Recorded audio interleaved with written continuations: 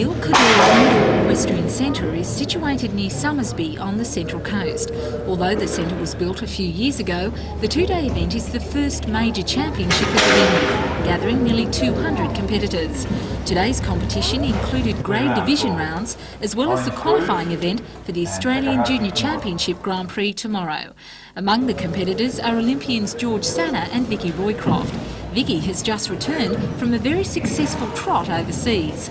Riding with the Australian team for the World Cup in Paris, Vicky ranked 11th, equalling the best placing of any Australian competitor.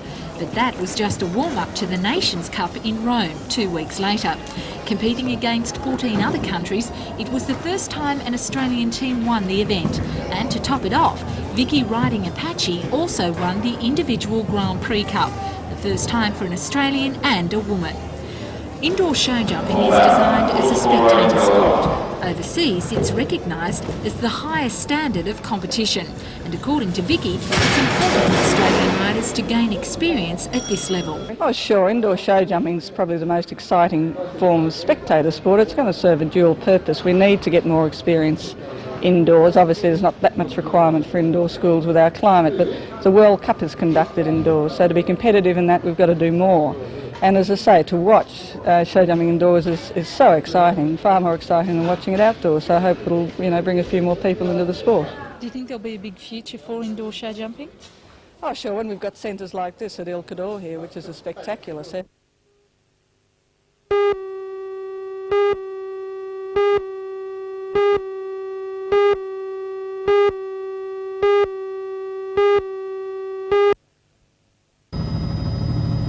The giant shopping complex is situated in a relatively undeveloped area east of Gosford. It's obvious from the 2,600 car parking spaces, however, that the owners believe they'll have no trouble attracting the crowds. Many spaces were filled before 8 this morning, as thousands poured in for the opening ceremony and the first day specials. The complex has a traditional theme inside, and in keeping with this, today's ceremony was attended by applicably attired lords and ladies. Comic strip characters and television personalities were also on hand to add to the festive atmosphere, or perhaps to do some shopping of their own. Finally, Gosford's Mayor Patricia Harrison officially opened the complex and the crowds poured in, and there was plenty to explore. The fair covers 51,000 square metres and contains 3 major department stores and more than 95 specialty shops. Managers say they expect a turnover of $100 million in the first year, and if today's estimated 60,000 visitors are any indication, that may not be all that unrealistic.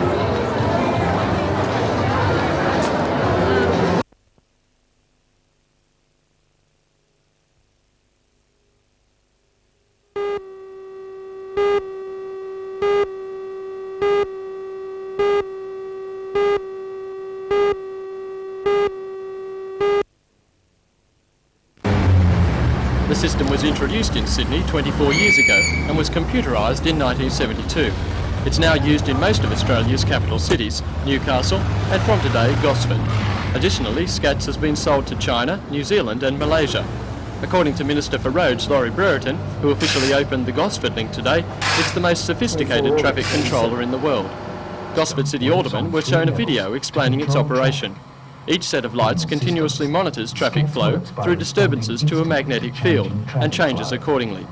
In the old system, lights simply changed in a predetermined sequence of time, sometimes leading to frustrating delays. The individual SCATS intersections are also linked to a secondary local computer base, which in turn is connected to the main computer in Sydney. At the main computer level, controllers can coordinate traffic movements over an enormous area, even taking into account unusual flows such as the Easter break. The DMR says motorists will benefit most from the overall control which SCATS gives. It says since the system has been used in Sydney, motorists have had a 12% saving in their fuel bills, their stoppages have been down 40% and their overall travel time has been down 20%. Meanwhile, Mr Brereton responded angrily to criticism from Nationals leader, Wal Murray, over cuts in DMR expenditure. Mr Murray said the DMR had been diverting funds away from essential road building projects, thereby causing retrenchments. Mr Brereton denied that there had in fact been any retrenchments, saying it was against DMR policy. I would indicate to the leader of the National Party that once again this year we have a record roads budget, and it's a record roads budget that's been provided in spite of calls by the opposition for a reduction in government spending. in spite of calls by the federal Liberal National Party opposition for a reduction in government spending. We're proud of that expenditure. It's more than $1 billion this year, and we intend to continue it because we know how important road building is.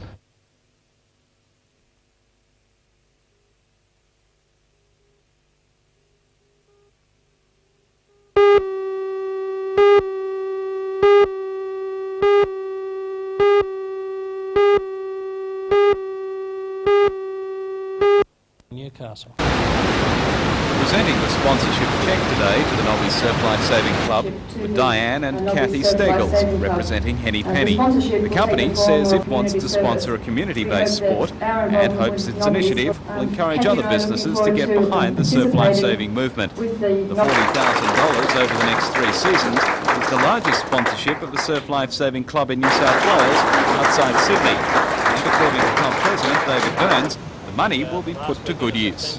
We'll work out with the sponsorship, work out with our sponsors, and bring in the different changes of the club so it benefits everyone. You know, there's nothing worse than doing something too quick, too soon. We're going to sit down and make sure it benefits Nobbies and the community as a whole. And it'll help in competition too, I guess. Oh, it certainly will. But the biggest thing is we've got to put our man on the beach, and he'll be our first priority, and then we'll look at the competition side, because without a lot of people don't realise that when they come to the beach, those red and yellow flags have been there for where the club's been going for 67 years. It's probably one of those things that's take for granted, and we're going to mainly look at our patrols, then we'll look at competition.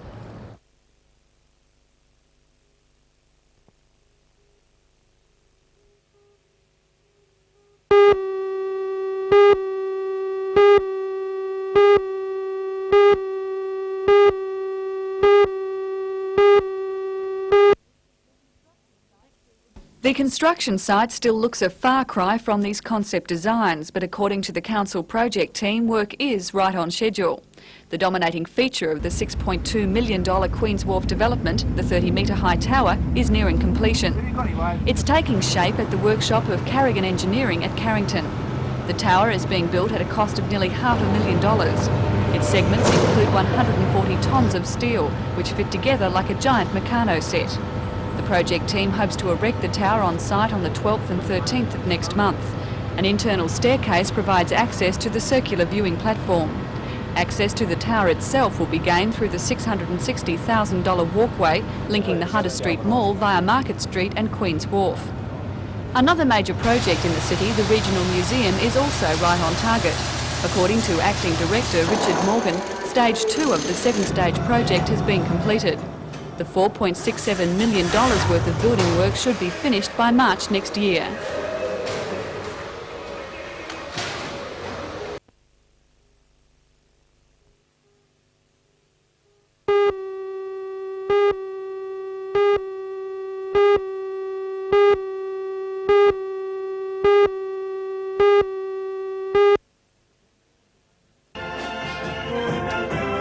The one-hour documentary goes behind the scenes of the 16-day tour. During that time, the musical ambassadors and their team of supporters travelled more than 2,600 kilometres and performed at 14 venues in 10 different cities. Piecing together Australia's history from the very beginning, highlights of the tour included a visit to Portsmouth, where the first fleet set sail in 1787, and Bath, home of Australia's Governor Phillip. Although the gruelling timetable was sometimes exhausting, the koalas managed to see the sights with cameras in hand and to meet some of the locals. Bound for Britain will be screened on NBN the 9th of September at 7:30 p.m.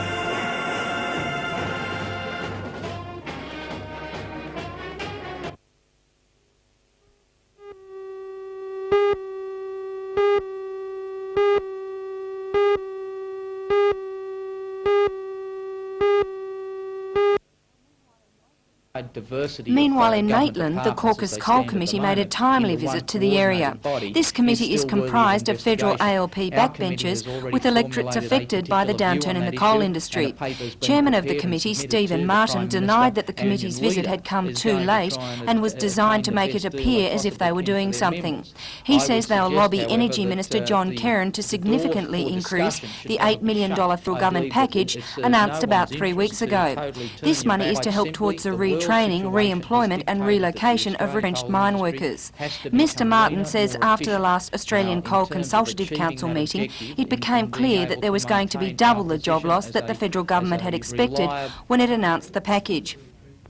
It's our view formulated today that given the massive numbers that have been talked about in terms of potential retrenchments from the industry, that the Commonwealth Government's commitment to that may have to be increased, and we will be taking that up as an issue with the Minister for Training, Clyde Holding, as soon as possible. Today, the committee sent a telegram to Prime Minister Hawke. It calls for a substantial increase in the financial offer to ease the impact of retrenchments. It wants immediate establishment of structures to monitor market conditions to make sure that coal exporters don't compete against each other.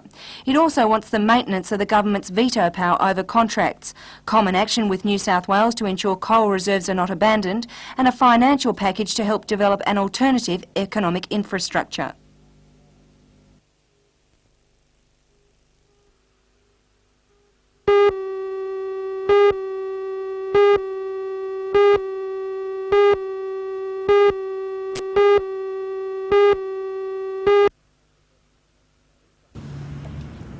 Police identified the dead man late today as 24-year-old Gary Ian Watson from East Maitland. Police say the man was attending a party in the area last night, but they're appealing to public help in determining Watson's movements before his death. Detectives investigating the case believe the man's heart condition may have caused the accident.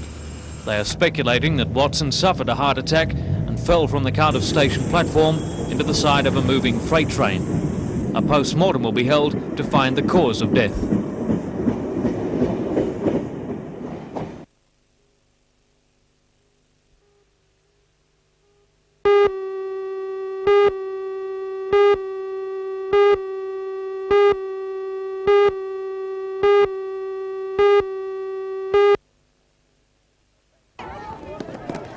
Thanks to all-weather courts, there was no stopping today's grand final.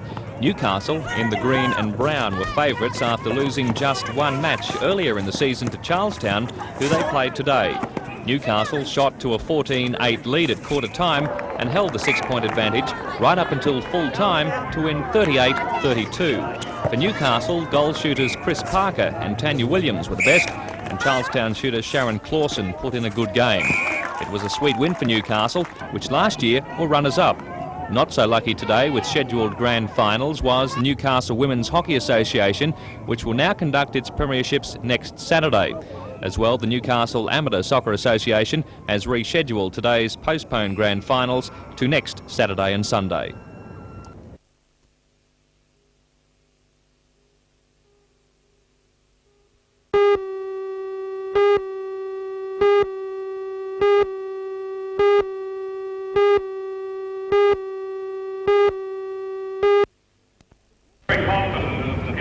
The Ted Knopfs is the first of 3 emergency tugs designed to protect the state's ports from fire, oil spills and potential disasters.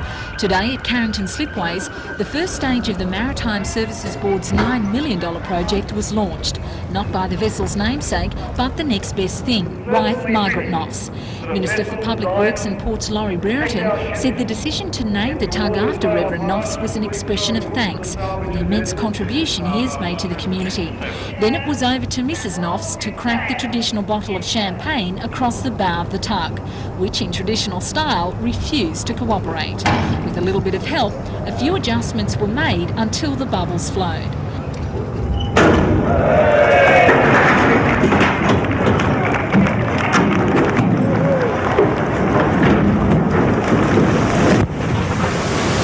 tug will now make its way to Botany Bay.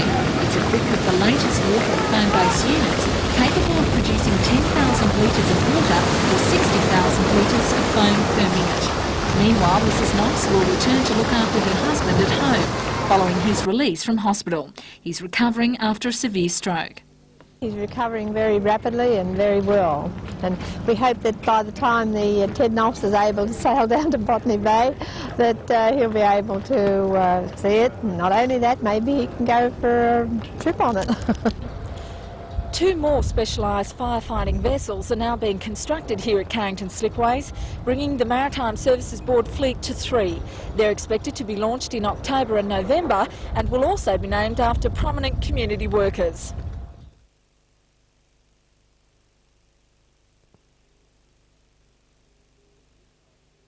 Here in Newcastle with you to officially open the Newcastle Regional Office of Recreational Boating Service. You know, it's only a few short years ago when we thought Maritime Services Board, we thought about the... Ian Murray, spokesman for the committee, said this was a surprise in view of previous attitudes shown by proprietors. We believe there was a change with a number of the companies, and there was no forced changes as we understand it today. That took a lot of the heat out of, I suppose, the decisions that we thought we might have to make today. Thankfully, that did happen, and we're currently still involved in negotiations with a number of those companies in the district. Yeah. Mr Murray also announced a series of seminars in Cessnock and Singleton late in September to brief retrenched miners on retraining and relocation help available under federal government schemes. Part of the package that the federal government put up was the assistance by way of their RAS scheme and their LADA scheme. Well, as an initiative, the mining unions will be commencing seminars at Cessnock initially on the 21st, 22nd and 23rd to explain what the schemes are all about, also where retrenched mine workers will sit with the CES, what union assistance we can give them, etc. And we'll be following those seminars up at Cessnock with meetings at Singleton on the 24th and 25th.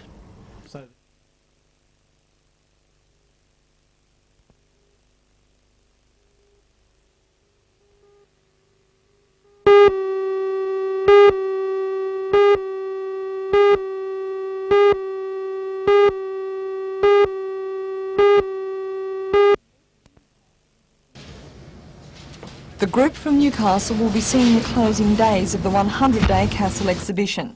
It's been held every 4 or 5 years for the past 30 years in the picturesque West German city, with avant-garde artwork gathered from all around the world.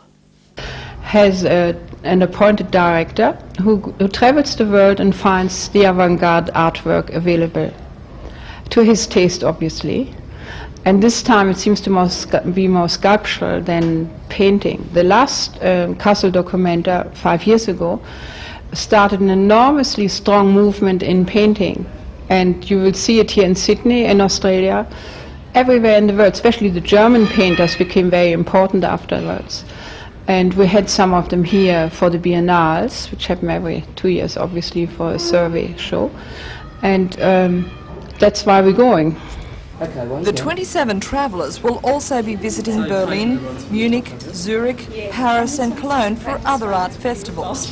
Jutta says the students will culturally and artistically benefit from the trip, and she says they'll also be privy to the new directions in art.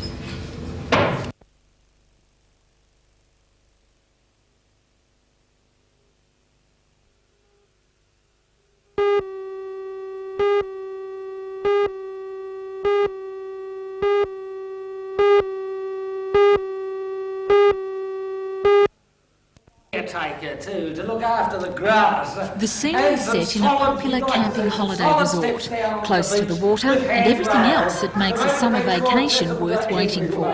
Director Brent McGregor takes the cast of 8 through an emotional maze that exists between the conflicting attitudes of young and old. One of the younger characters is Tom, played by Glenn Keenan. The now 25-year-old was a familiar face in Newcastle Theatre, appearing in university productions and also with HVTC. He left the city to further his career as an actor. I went to NIDA in 1993 and did the acting course at NIDA. And since then I've been in a mini-series on Channel 7 that hasn't been released yet. It's coming out next year. It's called Joe Wilson. A telefilm called Damien Parra, an ABC play called The Butcher's Son, which is coming out I think in October. And last year I went with a group of Australians to Czechoslovakia to perform in a festival over there, Festival of Theatre. Playwright Michael Gow's Away is a moving production. Last year it was a recipient of the New South Wales Premier's Award. Away opens at the Playhouse this Friday night.